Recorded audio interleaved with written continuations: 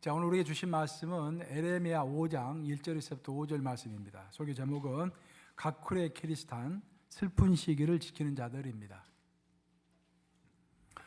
너희는 예루살렘 거리로 빨리 다니며 그 넓은 거리에서 찾아보고 알라. 너희가 만일 정의를 행하며 진리를 구하는 자를 한 사람이라도 찾으면 내가 이 성읍을 용서하리라. 그들이 여호와께서 살아계심을 두고 맹세할지라도 실상은 거짓 맹세니라. 여호와여, 주의 눈이 진리를 찾지 아니하시나이까. 주께서 그들을 치셨을지라도 그들이 아픈 줄을 알지 못하며 그들을 멸하였을지라도 그들이 징계를 받지 아니하고 그들의 얼굴을 바위보다 굳게 하여 돌아오기를 싫어하므로 내가 말하기를 이 무리는 비천하고 어리석은 것뿐이라. 여호와의 길 자기 하나님의 법을 알지 못하니 5절 합독합니다. 시작. 내가 지도자들에게 가서 그들에게 말하리라. 그들은 여호와의 길 자기 하나님의 법을 안다 하였더니 그들도 일제히 멍에를 꺾고 결박을 끊은지라. 살아계신 하나님의 말씀입니다.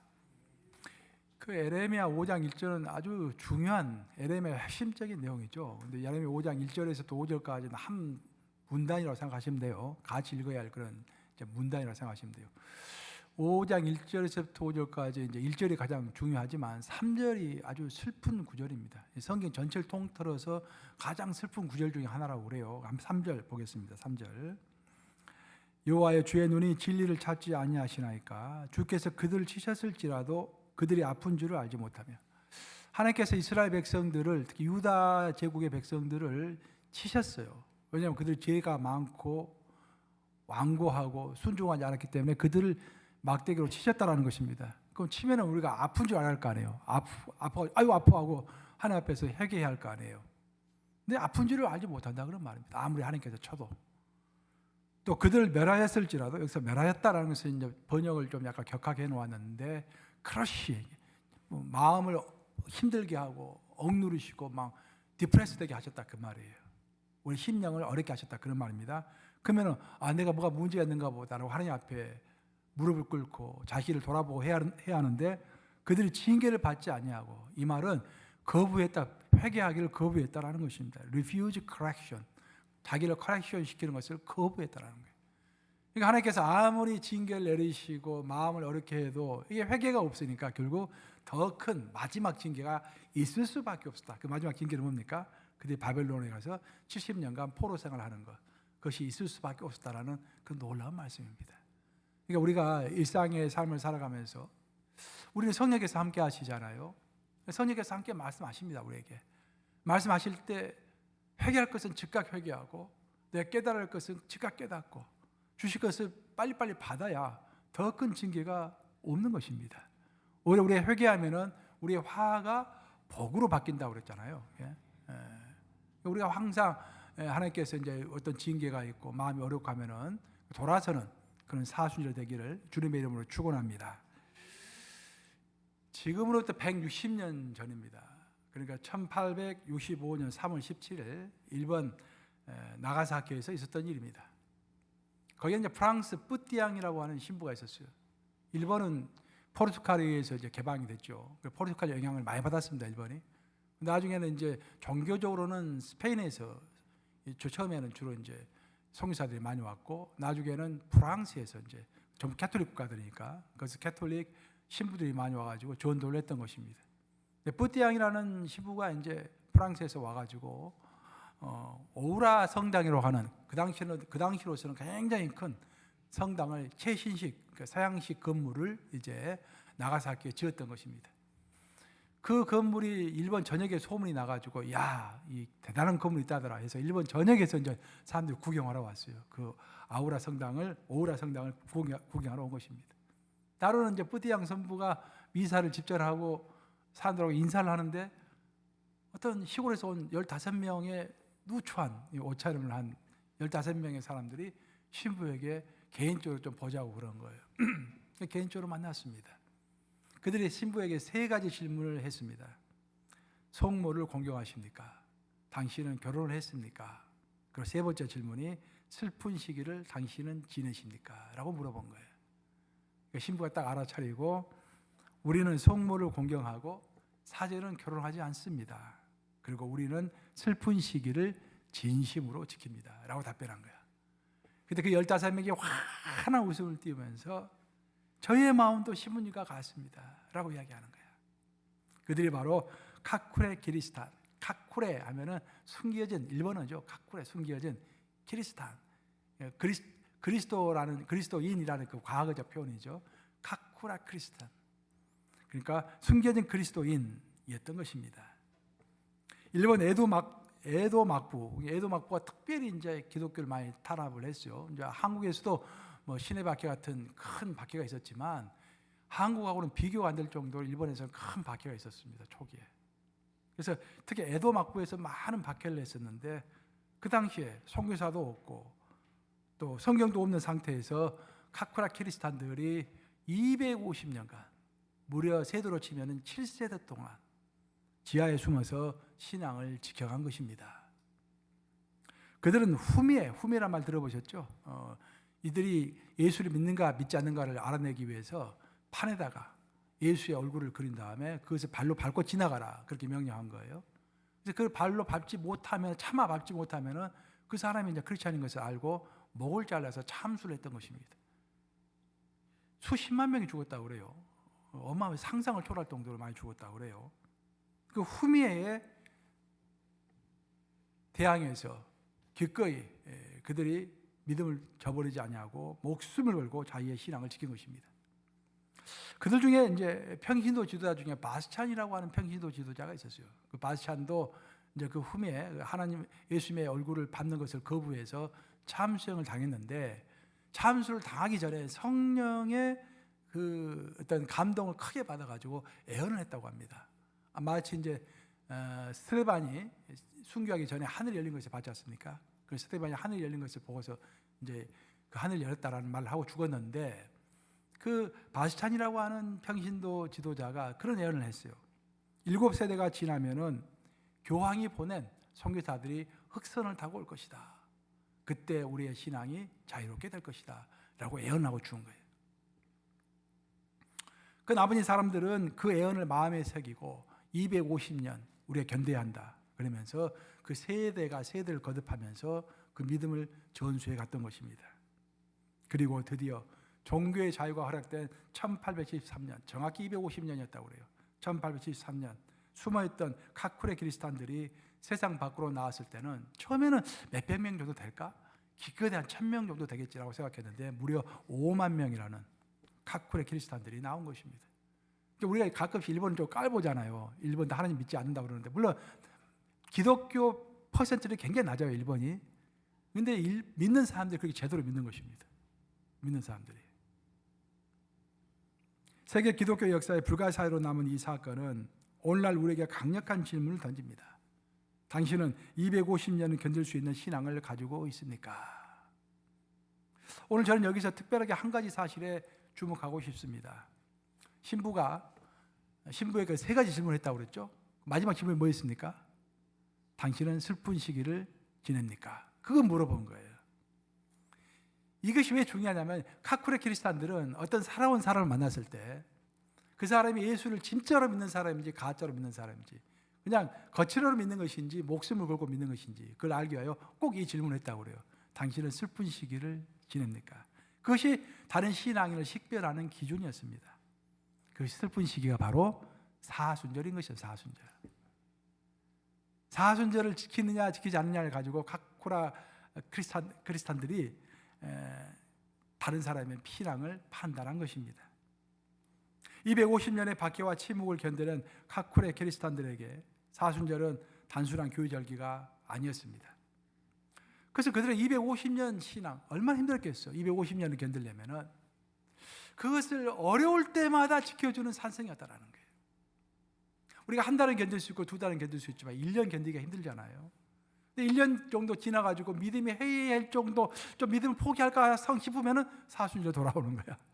그렇게 40일을 또 새벽 기도하면서 지켜나가면서 마음을 다시 추스리는 것입니다.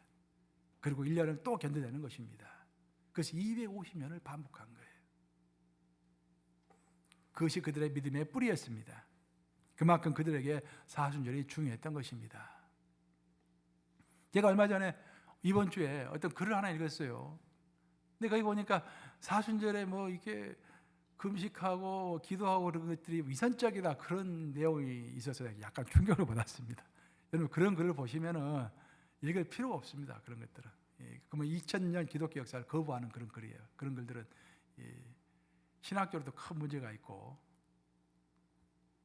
지금 우리는 사순절 중반을 맞이했습니다. 그리고 오늘 에레미야 본문 5장에서는 하나님께서 이 사순절에 우리에게 아주 도전적인 말씀하십니다. 왜 사순절이 필요한가? 아주 근본적인 말씀하시는데 1절 한번 같이 읽어보겠습니다. 시작. 너희는 예루살렘 거리로 빨리 다니며 그 넓은 거리에서 찾아보고 알라. 너희가 만일 정의를 행하며 진리를 구하는 자를 한 사람이라도 찾으면 내가 이 성읍을 용서하리라. 자, 하나님은 무너져가는 유다 왕국을 향해서 선언하십니다. 지금 에레미야서 제가 이제 계속 강의하다가 사순절 돼가지고 좀 중간에 특별 새벽기도 때문에 좀 중간에 멈췄는데, 에레미야 이 백그라운드는 유다 제국 말기 현상입니다. 이미 북이스라엘 멸망했고 아시리아에게 멸망했고 지금 남유다가 남아 있는데, 남유다는 두 지파로 구성되어 있죠. 베냐민 지파하고 유다 지파. 근데 남유다조차도 이제 흔들리는 것입니다. 그래서 하나님께서 이것을 너희를 멸망하게 할 것이냐, 너희를 구해줄 것이냐, 그 절대절명의 상황 가운데서 에레미야를 보내서 예언하시는 내용입니다. 지금 유다 왕국이 이 마지막 상황 가운데 있는데 하나님께서 하시는 말씀이 너희 가운데 단 한 사람이라도 내가 찾을 수 있다고 한다면은 그 사람 때문에 너희의 죄를 용서하고 이 성읍을 구해줄 것이다 라고 말하는 것입니다. 몇 사람입니까? 한 사람. 한 사람이 있으면 미국이 사는 것이고 한 사람이 있으면은 여러 직장이 사는 것입니다. 한 사람이 있으면은 우리 교회가 사는 것입니다. 그러니까 교회는 항상 희망이 있어요. 한 사람이 있으니까. 한 사람이 있을 거 아니에요. 그런데 그 한 사람이 없어가지고 결국 어떻게 됐습니까? 유다 제국이 멸망하죠. 그 바빌론으로 포로로 끌려가서 70년 동안 포로 생활을 하게 되는 것입니다. 한 사람이 없어가지고. 이 말씀은 우리에게도 오늘날 동일하게 적용이 됩니다. 사순절은 바로 이 한 사람이 되어가는 그런 40일의 여정인 것입니다. 이 40일 여정을 통해서 우리가 그 한 사람이 되어야 하는 것입니다. 사람은 많은데 인물이 없다라 그런 말을 많이 들으셨죠. 뭐 익히 많이 듣는 말입니다. 인구도 많아졌고 요즘 고학력자도 차고 넘치지 않습니까? 근데 정작 꼭 필요한 인물은 찾아보면 없다라는 거예요. 기업체 경영자들에게 물어보면 이력서는 산더미처럼 쌓인다라는 것입니다. 요즘 대학을 졸업하면 물어보니까 뭐 원서를 100개, 200개씩 넣는다고 그래요. 원서가 회사마다 이렇게 많이 쌓입니다. 근데 마음에 드는 사람은 없는 거예요. 근데 놀랍게도 우리 하나님께서 정확하게 2600년 전에, 그러니까 에레미야가 BC 600년 전 사람이니까 한 2600년 전에 이 에레미야 말씀이 선포가 된 거예요. 우리 하나님 벌써 2600년 전에 사람은 많으나 한 사람이 없구나라고 말씀하셨던 것입니다. 한 사람이 얼마나 중요한가? 역사로도 증명이 됐죠. 히틀러가 어떻게 해서 당수가 된지 아세요? 나치당이 당수가 되었잖아요. 히틀러가. 거기서부터 인류 역사가 비극으로 이제 치달았는데, 히틀러가 처음에는 될 거라고 생각하지 못했어요. 딱 한 표 차이로 히틀러가 나치당의 당수가 된 것입니다. 그 나치당의 그 한 표 때문에 600만 명의 유대인이 대학살을 당하는 그런 비극의 출발점이 되었던 것입니다. 미국은 어떻습니까? 미국이 지금 알래스카 때문에 얼마나 큰 혜택을 입고 있습니까? 그 큰 금강이 있죠, 알래스카에. 그래서 요즘에 석유가 굉장히 많잖아요. 알래스카에 사는 사람들은 전부 석유 펀드를 받지 않습니까? 1인당 막 돈 천불씩 매달 나오지 않습니까? 가족당 한 명당 1000불씩 이렇게 나오지 않습니까? 근데 그 알래스카를 원래 이제 그걸 구입하느냐 마느냐 가지고 논쟁이 심했어요.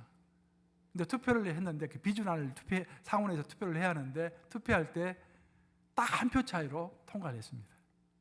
근데 그 한 사람이 그 교통 체증 때문에 늦은 거 아시죠?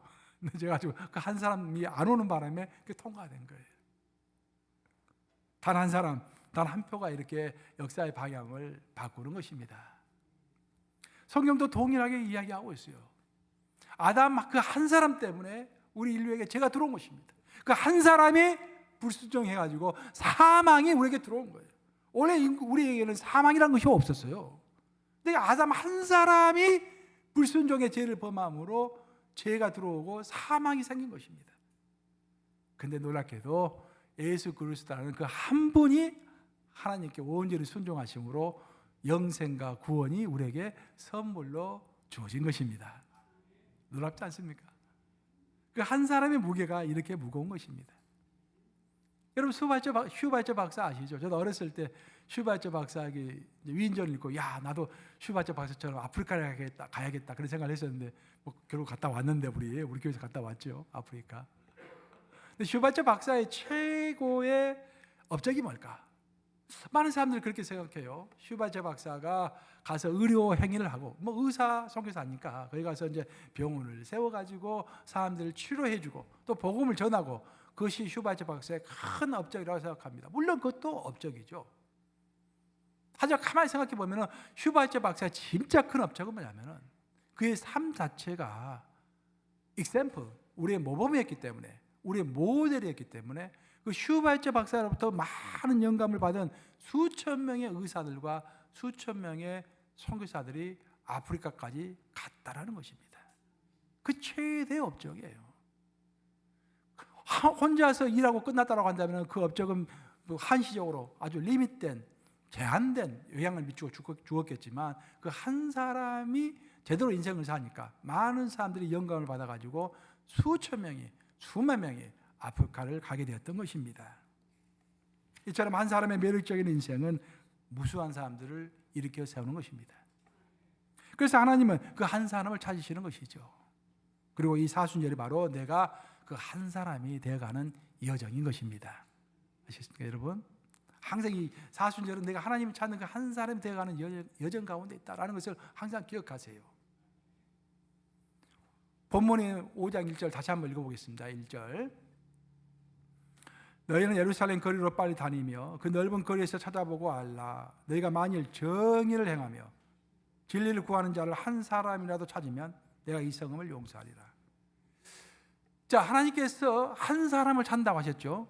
그 구체적으로 한 사람은 어떤 사람인가? 그것을 명확하게 하나님께서 말씀하십니다. 그 두 가지인데 첫째는 정의를 행하는 한 사람을 찾는다라고 되어 있어요. 정의라는 단어를 들으면 여러분 어떤 생각이 드십니까? 정의하면은 재판장에서 판사가 냉철하게 법리를 따지면서 이렇게 판결을 하는 그런 모습이 좀 떠오르죠. 또 머리띠를 두르고 광장에서 구호를 외치는 그런 시인의 모습이 떠오르기도 합니다. 우리는 보통 그런 것들을 정의라고 생각해요. 그렇죠? 그 세상이 말하는 정의입니다. 하지만 여기서 말하는 정의, 하나님이 말하는 정의, 성경이 말하는 정의, 그 하나님이 말하는 정의를 행하는 한 사람이 필요하다고 했는데 여기서 말하는 정의는 따뜻한 정의입니다. 성경은 항상 따뜻한 정의를 이야기해요. 우리도 잘 알고 있는 레기 말씀 19장 9절 한번 같이 읽어보겠습니다. 시작. 너희가 너희의 땅에서 곡식을 거둘 때 너는 밭 모퉁이까지 다 거두지 말고 내 떨어진 이삭도 줍지 말며. 우리는 지금 자본주의 사회에서 살아가고 있죠. 자본주의 사회에서 살아가면서 밭 모퉁이까지 싹싹 다 긁어내는 것, 떨어진 이삭 줍는 것, 뭐 당연하죠. 당연한 권리죠. 그러나 그것은 세상의 정의이다 그런 말입니다. 하나님의 나라의 정의는 다르다라는 거예요. 하나님의 나라의 정의는 밭 모퉁이 땅에 떨어진 이삭, 그것은 가난한 자들의 몫이기 때문에 그냥 주는 것이 하나님의 정의다. 그런 정의를 행하는 정치인들, 그런 정의를 행하는 경제인들, 그런 정의를 행하는 평신도들, 그 하나님이 그 한 사람을 보기를 원한다 그런 말씀이에요. 요즘에 보면 정의론이라는 책도 많이 팔리지 않습니까? 샌델러가 쓴 정의론 같은 경우는 한국에서도 아주 많이 팔렸더라고요. 보면은 나 깜짝 놀라는 게 요즘에 정말 정치경제학자들이 이야기하는 정의론도 옛날하고 많이 달라요. 요즘 보면은 굉장히 성서적입니다. 보면은 결국 따뜻한 정의를 결국 이야기하고 있어요. 그 샌들러가 말하는 정의론도 그거잖아요. 마지막 세 가지를 들어서 이야기하는데 제일 마지막에 자기가 주장하는 것은 따뜻한 정의를 이야기하고 있는 것입니다. 가난한 자들, 기본적으로 처음부터 제대로 출발하지 못하는 사람들을 위한 배려가 있는 정의가 제대로 된 정의다. 굉장히 성경적이죠. 성경이 말하는 따뜻한 정의는 내 권리를 끝까지 주장하는 것이 아닙니다. 내 권리의 일부를 기꺼이 내려놓는 거예요. 그러면서 약자를 품는 것. 그런 한 사람이 되어가는 과정이 우리가 사순절이다 그런 말입니다. 혹시 내가 내 주장을 끝까지 밀어붙이고 있는 것은 아닌가? 내 몫을 끝까지 붙잡고 있는 것은 아닌가? 하나님이 말씀하시는 따뜻한 정의를 갖고 있는 나가 맞나? 그런 것들을 한번 살펴보는 거예요. 4주절 기간 동안에. 그런데 여기서 정의에 관해서 더 중요한 게 하나 있습니다. 이제 신약 시대로 오시면 우리 예수님이 직접 정의가 뭔지를 가르쳐 주셨죠. 이건 더 중요하죠. 예수님이 우리에게 직접 가르쳐 주신 거니까. 예수님이 하루는 성전에 계시는데 새벽 미명에 사람들이 가늠한 여인을 붙잡아가지고 막 끌고 온 거예요. 웅성웅성하고. 예수에게 그 여인을 딱 갖다 놓고 돌로 쳐야지 않겠습니까? 라고 물어보는 것이죠. 예수님이 뭐라 답변하셨습니까? 너희 중에 죄 없는 자가 먼저 치라. 여기서 정의가 무엇인지를 명확하게 말씀하십니다. 예수님이 말씀하시는 정의는 바깥을 향하기 전에, 즉 타인을 향하기 전에 먼저 안을 향하는 것, 나를 먼저 향해야 한다. 그것이 정의다라고 말씀해 주시는 거예요. 이 세상을 향해서 분노하기 이전에, 이 세상을 향해서 비판하기 이전에 내 자신을 돌아보라, 그런 말입니다. 내가 얼마나 비판할 만한지 내 눈에 있는 들보를 먼저 보라, 그런 말이죠. 이 세상을 향한 분노 이전에 나 자신의 거짓됨과 추악함에 대한 거룩한 분노가 먼저 있어야 한다고. 그것이 성경에 말하는 정의라고 예수님이 우리에게 가르쳐 주시는 것이죠. 타인을 심판하기 전에 자신을 먼저 심판하는 사람, 그것이 하나님이 찾으시는 정의의 사람인 것입니다. 그 한 사람을 찾는다는 거예요. 그래서 사순절은 내 안에 차가운 정의가 있다고 한다면 그 차가운 정의를 따뜻한 정의로 바꾸는 그 사실인 거예요. 그리고 내가 지금 현재 타인을 향해서 분노하고 있고 이 세상을 비판하고 있다고 한다면 잠시 돌아서 내 자신을, 그 시야를 바깥이 아니라 안으로 돌아보면서 내 자신을 성찰하는 그런 기간이 바로 40일인 것입니다. 1절을 다시 한번 보겠습니다. 제가 읽어드리겠습니다. 너희는 예루살렘 거리로 빨리 다니며 그 넓은 거리에서 찾아보고 알라. 너희가 만일 정의를 행하며 진리를 구하는 자를 한 사람이라도 찾으면은 내가 이 성읍을 용서하리라. 자, 한 사람을 하나님은 찾는데 그 조건은 두 가지인데, 첫 번째는 정의를 행하는 것, 즉 따뜻한 정의를 행하는 자, 타인을 비판하기에 앞서서 자기 자신을 돌아보고 성찰하는 자, 그 한 사람이 필요했고, 하나님이 말씀하시는 한 사람 두 번째 조건이 있는데 그것은 진리를 구하는 자이다라는 거예요. 이 구절은 잘 해석해야 돼요. 진리를 구한다라는 것은 흔히 우리가 책을 읽으면서 진리가 뭔지 안다라는 것부터 생각하는데, 성경은 항상 안다라는 그 단어가요 야단데 그래서 실행까지 다 포함된 의미입니다. 우리는 아는 것과 실행하는 것을 구분해서 현대에서는 이제 해석을 하잖아요. 우리 한국어도 그렇게 구성되어 있고 히브리어는 그렇게 되어 있잖아요. 아는 것은 당연히 행하는 것으로 되어 있습니다. 그래서 여기서 진리를 안다는 것은 진리를 알 뿐만 아니라 행동으로 옮기는 자를 찾는다라는 그런 말이에요. 유다 왕국의 사람들의 문제가 뭐였을까? 하나님 보시기에 유다 왕국의 문제는 각계각층의 사람들이 모두 먹고 사는 것에만 관심이 있었다는 거예요. 모였다면 먹고 사는 것만 이야기하는 거예요. 또 각계각층의 사람들이 편안한 것에만 관심이 있었다는 거예요. 어떻게 하면 편안한 나라를 만들까? 어떻게 하면 편안한 집안을 만들까? 어떻게 하면 편안한 가문을 만들까? 그런 것에만 관심이 있었다는 것입니다. 그들은 관심이 그런 것에만 있었기 때문에 하나님의 뜻이 하늘에서 이루어진 것처럼 땅에서도 이루어지는 것에 대해서는 전혀 관심이 없었던 거예요. 하나님의 진리가 이 우주에 펼쳐져 있는 것처럼, 하늘에 펼쳐져 있는 것처럼 이 땅에서도 하나님의 진리가 펼쳐져야 하는데 그에 대해서는 전혀 관심이 없었다는 것입니다.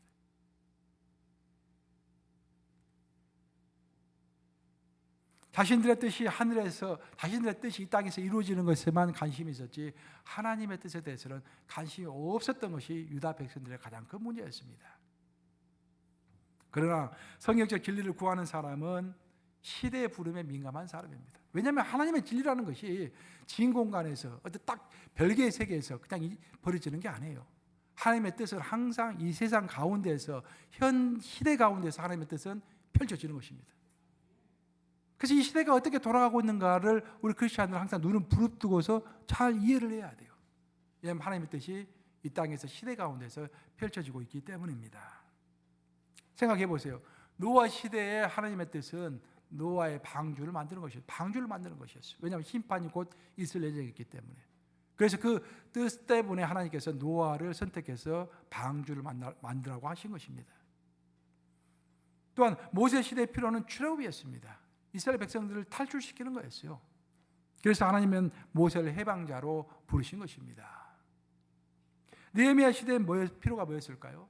예루살렘 성벽이 무너져 있었어요. 그 예루살렘 성벽을 새로 세우는 것이 하나님의 뜻이었습니다. 그 뜻을 위해서 느헤미야를 부르셨고, 그 느헤미야가 겉으로 보면 도저히 조건이 안 됐죠. 무너진 성벽을 이렇게 세우려면 이론도 필요하고 물자도 필요하고 여러 가지가 필요한데 다 없었어요. 근데 그 시대의 필요는 예루살렘 성벽을 쌓는 것이었습니다. 아직 그 자원은 없었어요. 자원이 없는 상태에서 성벽이 쌓아진 그 과정 가운데서 하나님이 역사하심으로 하나님이 살아계시구나 하고 그때서 깨달아 알게 되는 것입니다. 그러니까 우리가 하나님이 실제로 살아계시고 기적을 베푸시고 내 삶에 관여한다는 것을 알려면 실행에 옮겨야 돼요. 도전해야 합니다. 도전하는 과정 가운데서 하나님 이렇게 역사하시는구나 라고 우리가 경험을 통해서 알 수 있게 되는 것이죠. 에스더도 마찬가지예요. 에스더 시대의 필요는 민족 구원이었습니다. 민족 전체가 멸망할 위기에 처해 있었죠. 만약 에스더가 눈을 감아버렸다고 한다면 하나님의 기적을 체험하지 못했을 것입니다. 에스더가 죽으면 죽으리다라고 민족을 구원하려고 나섰기 때문에 그 나서는 과정 가운데서 하나님께서 역사하시는 것을 체험하면서 하나님은 이렇게 역사하시는 분이시구나, 이렇게 내가 상상을 초월해서 일을 하시는구나 라고 체험할 수 있었던 것이죠. 이렇게 하나님은 항상 역사 속에서 일을 하시는 것입니다. 세례 요한도 마찬가지예요. 세례 요한의 시대의 필요는 예수님의 길을 예비하는 것이었습니다. 사도 바울 시대의 가장 큰 필요는 뭐였을까요? 이방인에게 복음을 전도하는 것이요. 그 당시에는 이방인에게 복음을 전도한다라는 것은 상상도 할 수 없는 일이에요. 이미 유대인들만 구원받았기 때문에 이방인들은 이미 구원으로부터 멀어져 있는 상태에 있고, 이방인들에게 전도한다는 것은 상상도 못하는 시대였습니다. 그런데 사도 바울이 성령으로부터 명령을 받았죠. 이방인에게 복음을 전하라. 그런데 어려울 것 같아. 도저히 안 될 것 같아. 그래도 성령께서 명령하시니까 나섰죠. 바울이 나서면서 하나님께서 기적 같은 방법으로 감옥에 갇혔으면 풀려나게 하시고 바다에 빠지면 건져주시고 하면서 하나님은 진짜로 살아계시는구나 라고 그 역사 속에서, 그 시대 상황 속에서 하나님을 체험하게 되는 것입니다. 그러면 여기서 우리가 질문을 하게 되죠. 우리 시대의 필요는 뭔가? 시대의 필요를 따라서 하나님께서 역사하시고 하나님을 보여주신다고 하는데 우리 시대의 필요는 뭔가?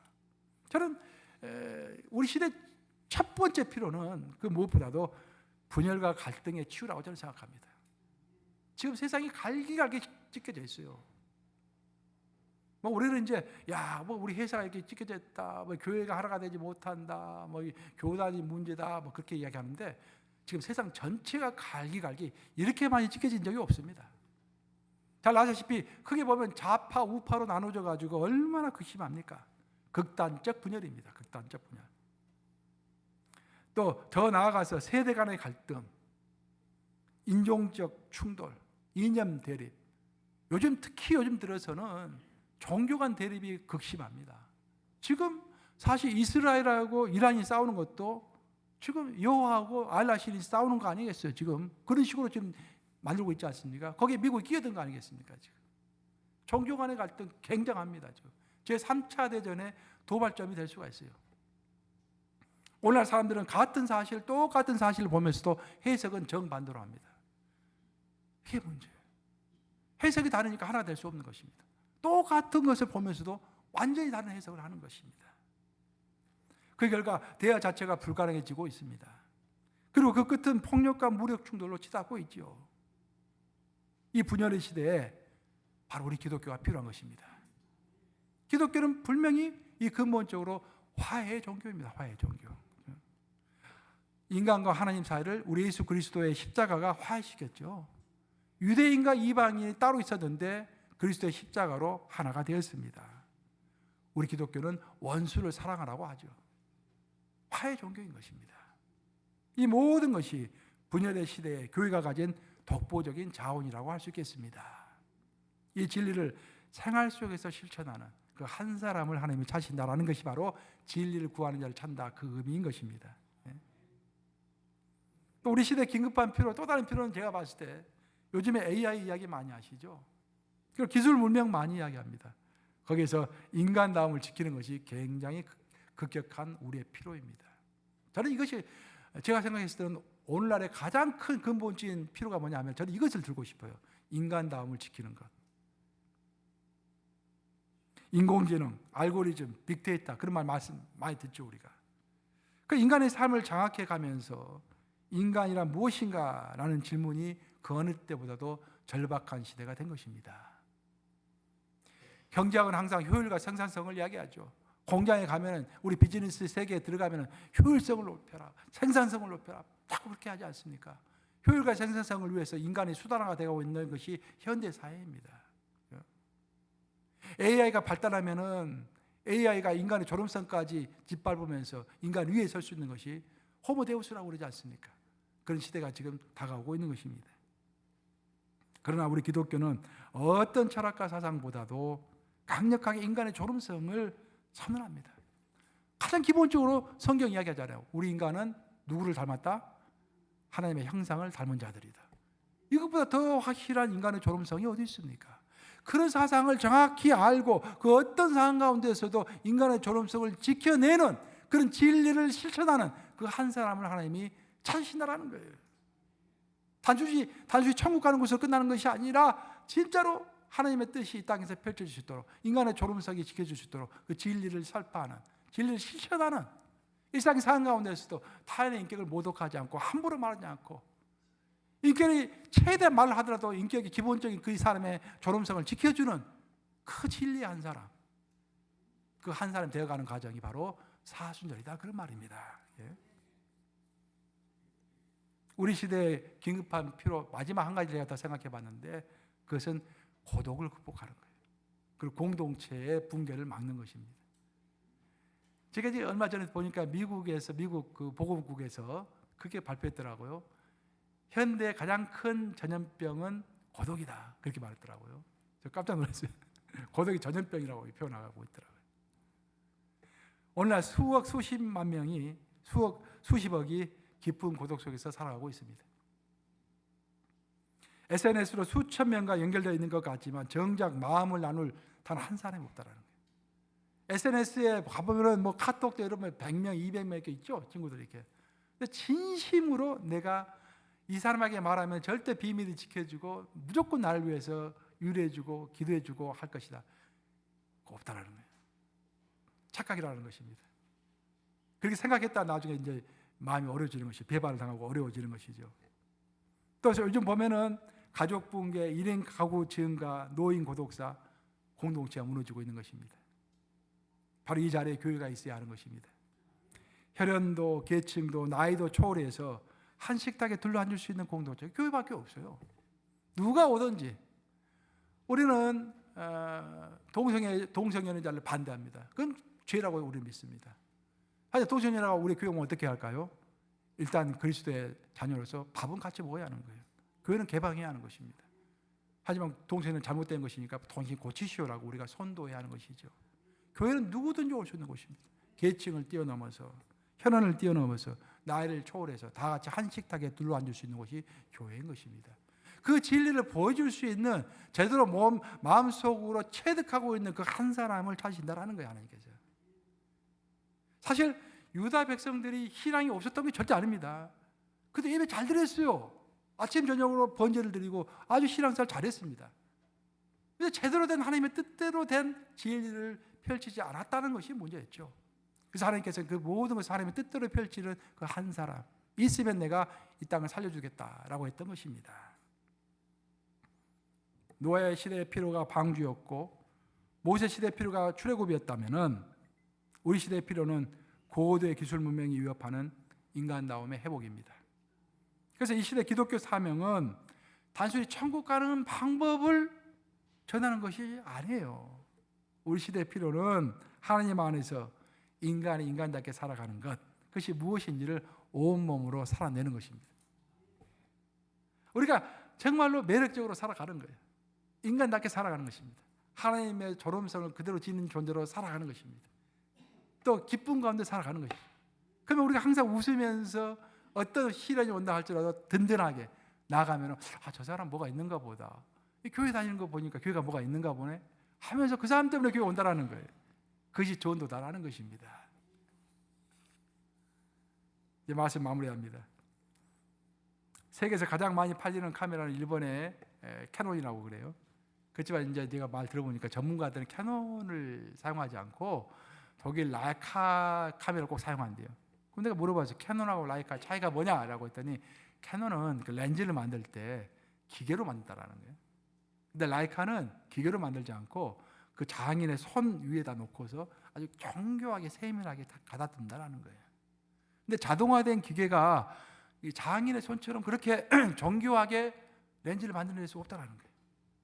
그래서 전문가들은 좀 비싸지만 라이카 카메라를 다 사용한다는 말을 제가 들은 적이 있어요. 그 말 듣고 많은 영감을 얻었습니다. 하나님은 우리를 그분이 원하시는 한 사람으로 만들기 위해서 우리를 그분의 손 안에 넣으시고 깎고 다듬고 계시는 거죠. 우리 가운데 캐논 같은 사람은 굉장히 많습니다. 어느 정도 능력이 있고 겉으로 보기에 훌륭한 사람들은 많이 있습니다. 그러나 하나님은 라이카와 같은 그 한 사람을 원하는 것입니다. 그래서 그 한 사람을 빚어내기 위해서 하나님의 손 위에 놓고서 오랜 시간 정교하게 다듬고 계시는 것입니다. 정밀하고 깊이 있는 또 영혼의 세밀함을 담는 그 한 사람 되어가는 과정이 사순절일 줄로 믿습니다. 이스라엘 백성은 젖과 꿀이 흐르는 약속의 땅에 들어가기 전에 40년의 광야 생활을 했죠. 예수님은 공생애를 시작하시기 전에 광야에서 40일 동안 금식 기도하셨습니다. 그것이 힘이 되어서 공생을 사셨고 이스라엘 백성들이 그 40년의 광야 생활에 힘이 되어서 결국은 가나안 땅에 들어가게 되었던 것입니다. 우리도 마찬가지입니다. 1년 동안의 그 40일 슬픈 기간 이 40년을 지내심으로 1년을 능히 겉을 이겨내는 우리 모두가 되시기를 우리 주님의 이름으로 축원합니다. 기도하셨습니다.